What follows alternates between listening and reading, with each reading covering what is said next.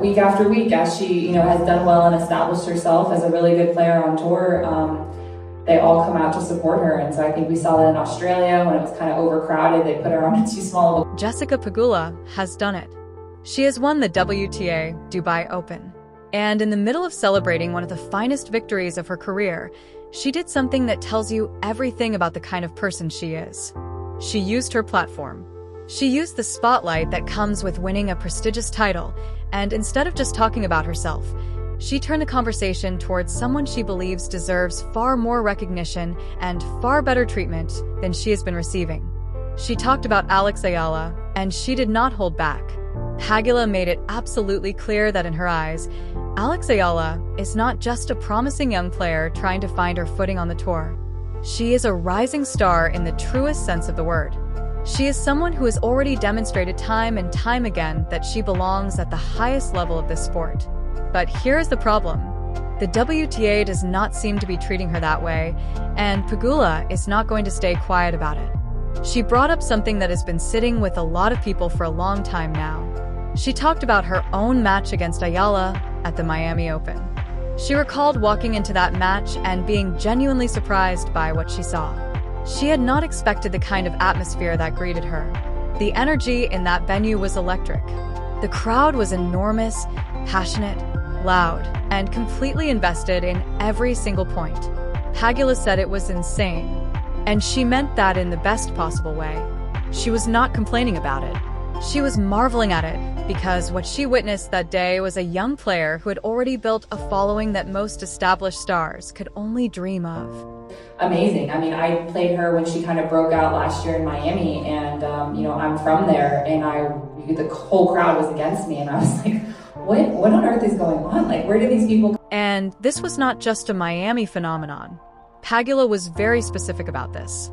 She pointed out that whether it was Miami, the Australian Open, or Dubai, Alex Eala has consistently drawn the biggest crowd support of anyone on the tour. People show up for her. People travel for her. People wait in long lines just for the chance to see her compete. That kind of magnetism is rare. That kind of connection between a player and her fan base is something that the sport of tennis has been trying to manufacture for years in certain markets. And here is a young woman from the Philippines who has already achieved it naturally and organically through the sheer force of her talent and her personality and her story.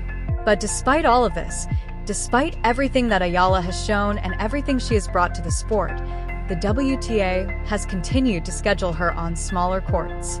And Pegula finds this not just puzzling, she finds it disrespectful.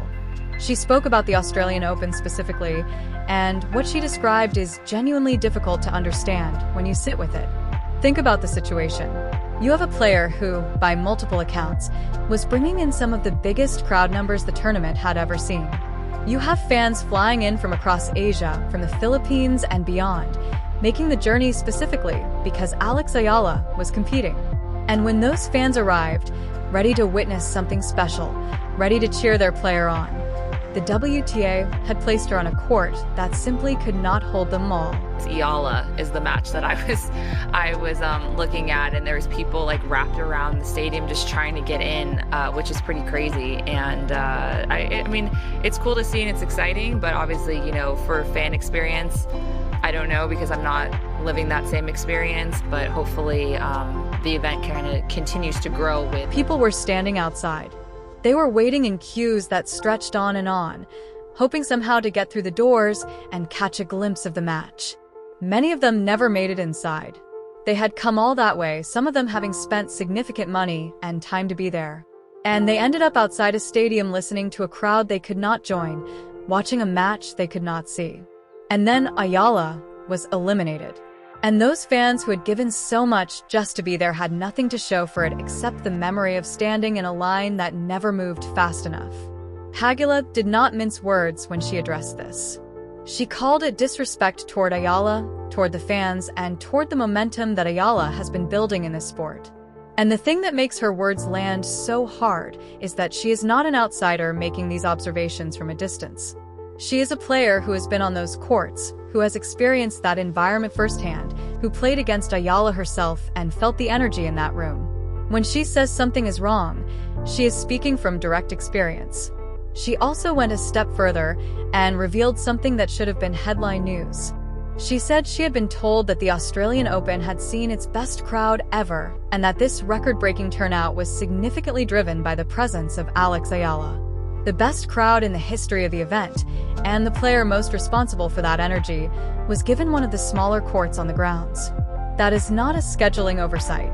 That is a statement, and it is not a good one. And Pegula is not alone in saying this. The voices speaking up for Alex Eala have been growing louder and more prominent with every passing tournament.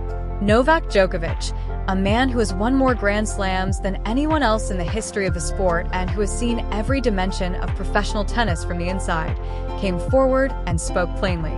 He called Alex Eala the greatest tennis player the Philippines has ever produced. He said she deserves all the respect in the world, and he agreed that the way her court assignments and scheduling have been managed has contributed to the difficulties she has faced during tournaments. When someone with the stature of Djokovic steps up and says that, the conversation shifts. This is no longer just passionate fans expressing frustration. This is legends of the game calling out a pattern they find unacceptable. Things like that happen. I mean, you could argue that it was, maybe a poor schedule and maybe they could schedule him on a bigger court. Yes, but again, she's so young and she's just coming through. Alex Eala, that's been a talk, and which is understandable. There's some players coming from respective countries, like she's coming from Philippines, which is now a big deal. She's been the biggest ever, tennis player from that country, which is a big country, and there's a big interest. Was the incident during her match against Iga Swiatek, one of the most dominant players the women's game has seen in recent years. At a critical moment in that match, while Eala was building momentum, an official chose that exact moment to approach her about items in her bag.